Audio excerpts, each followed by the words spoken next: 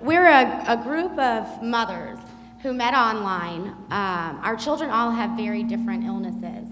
Much more than cannabis activists, we're common sense advocates, and anything that makes sense, anything that grants patients and parents of patients rights and options in the care of anyone who's critically ill is something we fight for. When we met each other online and learned what each of the other one was doing and how desperate we were, not just to learn, but then to share that knowledge, we got together with Steve, who did a lot of administrative work to see to it that our end goals were met. And we decided to formally unite as CannaMoms to be able to do this in the entire state of Florida. So with that being said, I think Renee is going to tell you her story. We'll each tell you our individual stories. I'm going to start out with Rachel, my daughter, telling you a little bit about Brandon. So Rachel's going to tell you about what happened yesterday with us when we went to the grocery store. So what happened was when we were leaving, Brandon started laughing. Then he went to a seizure. So then someone saw her, one of the workers saw her, and then he brought us like a cart to carry him to the cash register. Then we left. So for the first 8.5 years of my son's life, he was a healthy child. And one day it forever changed. He developed a fever-like illness and started seizing.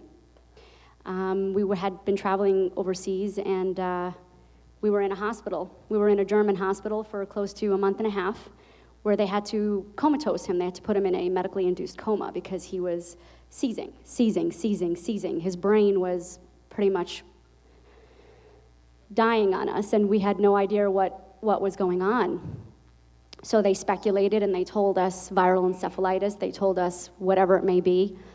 We came back home, and he's tried every known seizure med. He has a vagal nerve stimulator. He's not a brain surgery candidate. So he's run out of options, but yet he's on 3 pharmaceutical meds, and he continuously, every day, tells me he wants to kill himself. In fact, about 3 days ago, he started hallucinating. He woke up in the morning and he looked up in the ceiling and he said, "Do you see them there?" And he's only 12 years old. I said, "See what, Brandon?" And he said, "Them up there. I want to go up there." So I emailed his neurologist and I said, "So Brandon's hallucinating."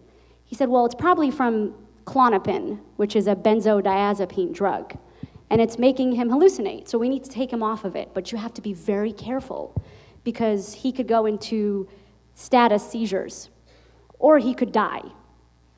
So I said, "Well, then why are we prescribing these medications for our children and for our loved ones? Why are we doing that when we know that there are other alternatives, such as medical cannabis, that could help our children, whether it may be epilepsy, whether it may be cancer, whether it could be for PTSD, it could be for many different ailments?" And he said, "Well, I don't know about that. I'm just not interested to learn about it." That's what he told me, that he wasn't interested to learn. So I have my son who seizes. We go to the grocery store. We can't even go out without worrying about him seizing and dying.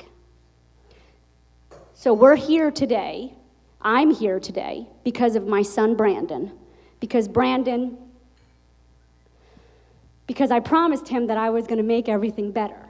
And as a mother, I'm not going to stop until I give him the life that he wanted, that life to get married and graduate from high school and everything. And I have to do everything in my power. So with that being said, I'm an advocate for medical cannabis here in the state of Florida, and I'm not ashamed of it.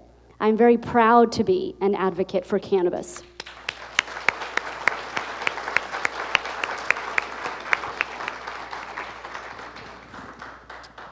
Hi, my name is Giselle Delgadillo. This is my daughter, Angeline. My son is Bruno. He's 3 years old right now.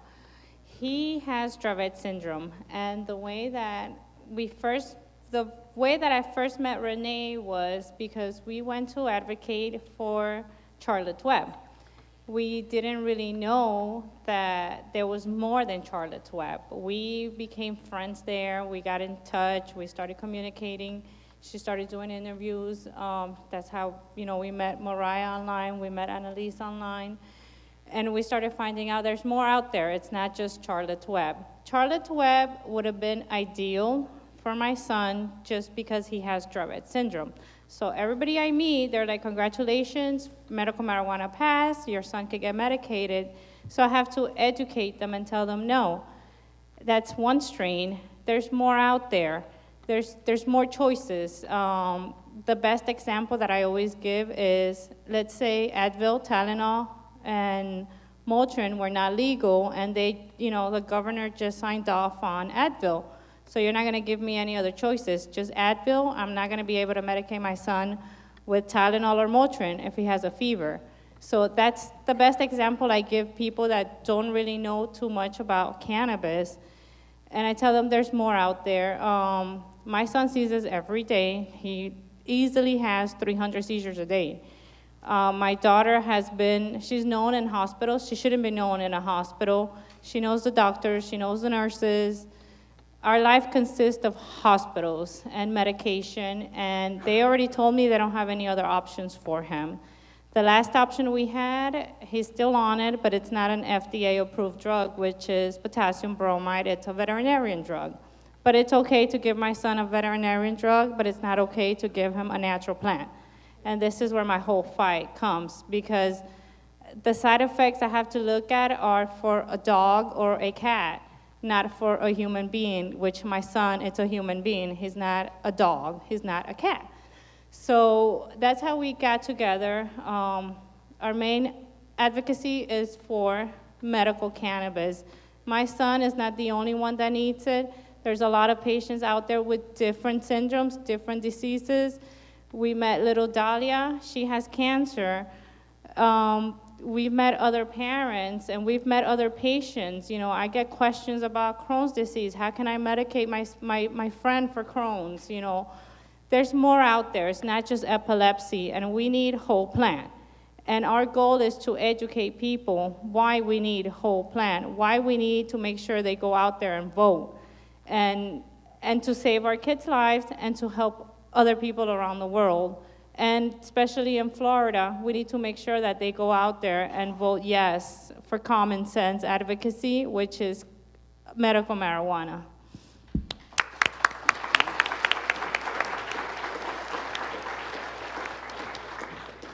My name's Annalisa Clark, and my daughter is 9, and she started to seize at the age of 3 months. She has intractable epilepsy, which is basically they don't know why she seizes. She was perfectly normal when she was born, and they don't know why. So by the time she was 6 months, we were on 4 medicines that were not approved for 12-year-olds, and she was 6 months old, all at the same time. So as a result, she's been on 16 different medicines, been exposed to over 1,000 side effects, which she's experienced probably 300 of them herself. She's been on 3 different diets. We've had the vagal nerve stimulator placed. She wasn't a surgical candidate, and then she was. We've had 3 brain surgeries. The brain surgeries have now left her with GI problems, orthopedic problems, nutritional problems, genetic and metabolic problems, so we now have all of those doctors that we deal with on a daily basis.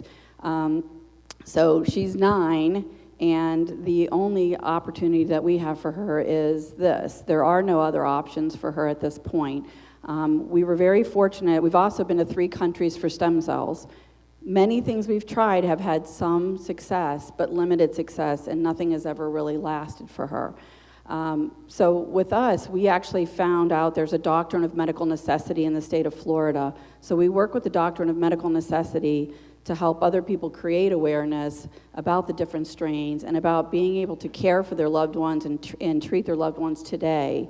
And so right now we educate doctors, we meet with law enforcement, and we spend a lot of our time meeting with other parents and just trying to help them understand that this is more than, like, I loved your analogy because that's it. It's not one size fits all. We need a lot of different things. And I have to tweak her combinations of things daily in order to help her to be able to recover. So. I do want to say something. So recently I was investigated by Child Protective Services. They came to my home and they had received an anonymous tip that I was giving Brandon cannabis extract and not giving Brandon his seizure meds. So law enforcement came to my home and they opened an investigation. And they asked my daughter questions about me being a good mother if I give Brandon illegal drugs. They looked through Brandon's medication, they counted everything. They insisted on taking a picture of him while he was sleeping so that they can account for him being in the home. They talked to his neurologist, they talked to his pediatrician, and they for sure said that Brandon's getting his seizure meds, and if he didn't, he could die. So this is very important here. I can't stress this enough. We are not criminals. If being a loving parent or a loving loved one is a criminal, then I don't know what's wrong with this world.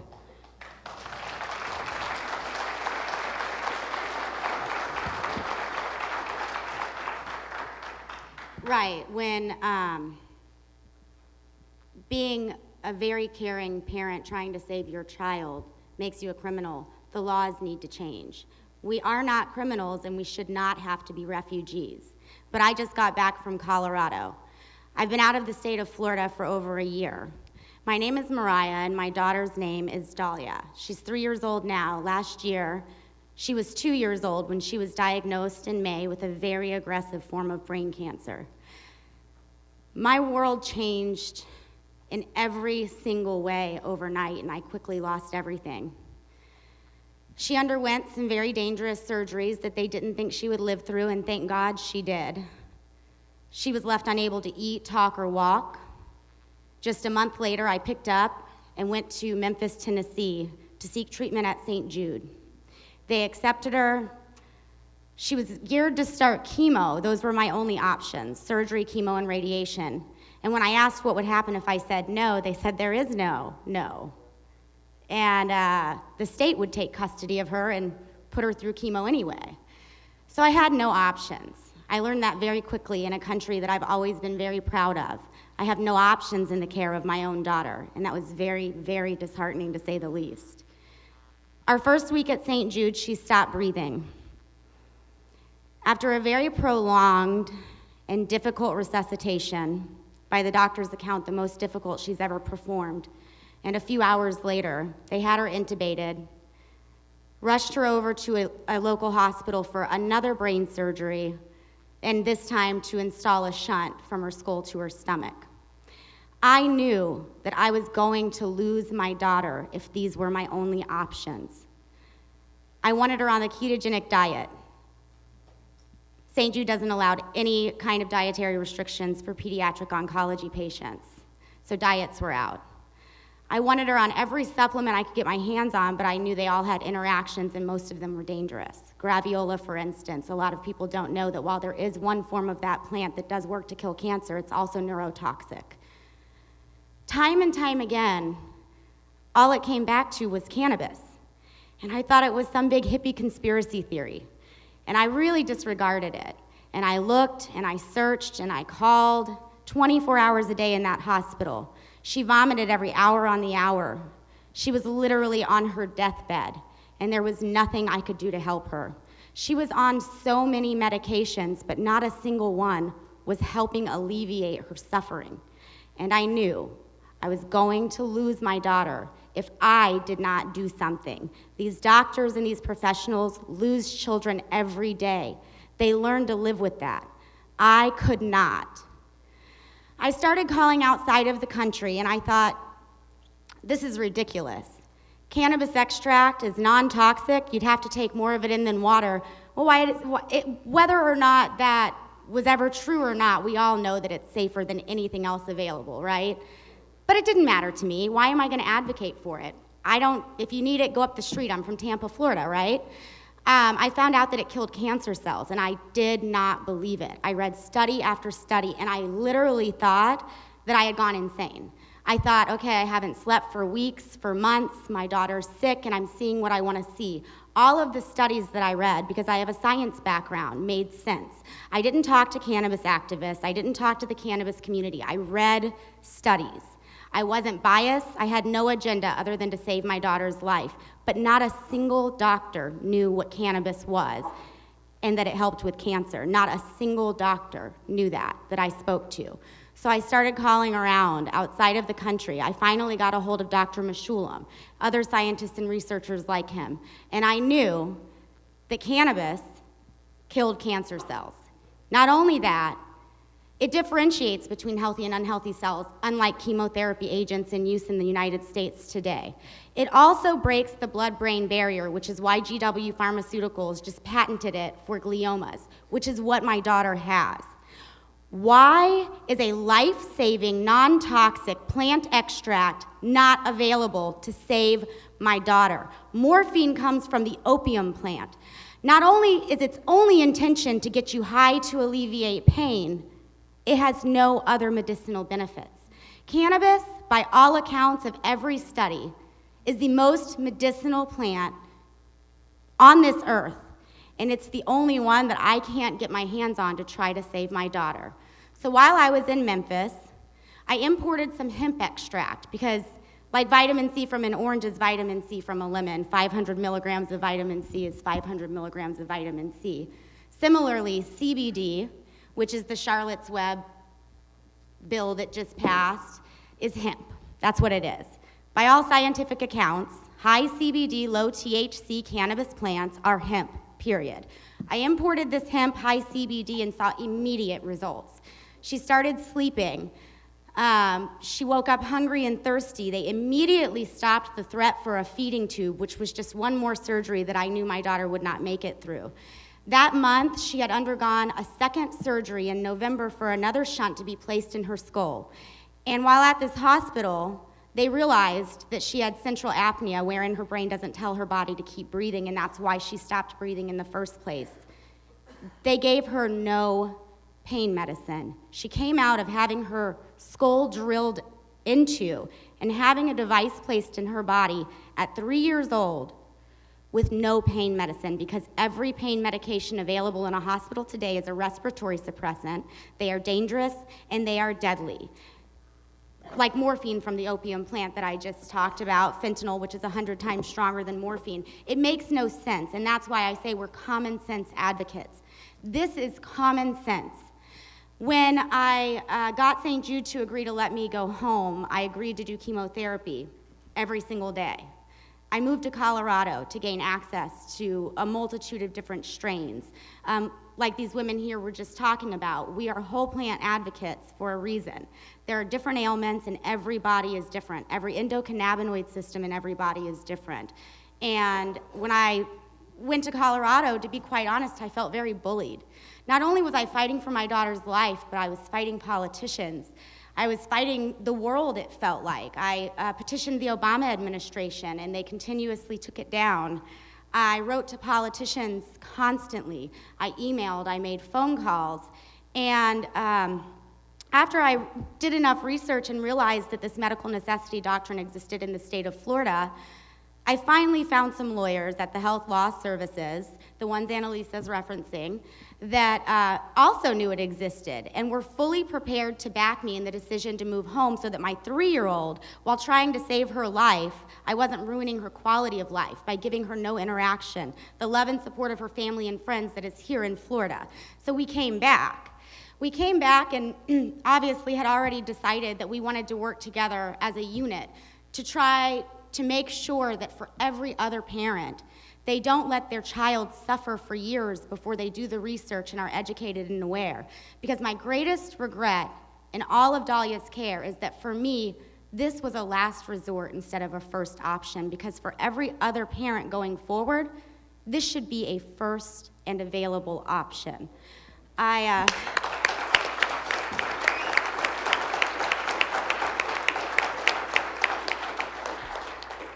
did want to say, last Thursday night, I was holding the hand of a 12-year-old boy. as he took his last breath from the same type of cancer that my daughter was diagnosed with. That's not a feeling that, just, sitting out there in the audience and hearing that story, it's never going to be able to be put into words. They needed me, and I went because that's what we do for each other. When you have parents of critically ill children who need you, we know the needs. We know the desperation. It is our jobs and our obligations, and we are honored to be able to do that. The look in his mother's eyes as I touched him and she touched him, and we both knew that that was the last breath. And we've probably all seen maybe elderly people pass away. It's a lot different when a child doesn't want to die, when they're not ready to go, when they haven't lived their life, and when their body hasn't shut down properly through age and years. It's grueling, it's horrific. It's something that I would never wish anyone to ever have to witness, much less experience. Because of that experience, for me, I think that it's very important that we understand, while this is business and most of you are probably here to either obtain medicine or invest in the business opportunities, every single business that's going to open up, dispensary that's going to open up, every person that's going to be putting anything into this plays a very important role in the lives of suffering patients and very real little children. His mom looked at me this morning because I've also stayed with her for the last week. This is the longest time I've ever been away from my own home and children. But in order to keep her going and help with service arrangements, I've stayed with her since he passed. And this morning she said, you know what? If I had known, and if I had had access 2 years ago, I truly believe he would still be here. And the only thing I can imagine worse than losing your child is to add on to that you have regrets or that you believe you might have been able to save them. No other parent should experience this. At least we want to know that we have done everything we can for our children. And that's why we've formed CannaMoms, is to raise awareness and education, to help guide parents, to lead them in the right direction, provide resources, and to serve our communities, our fellow patients, and our parents. And we want to thank you very much for each one of you playing a role in helping us to see this come to fruition.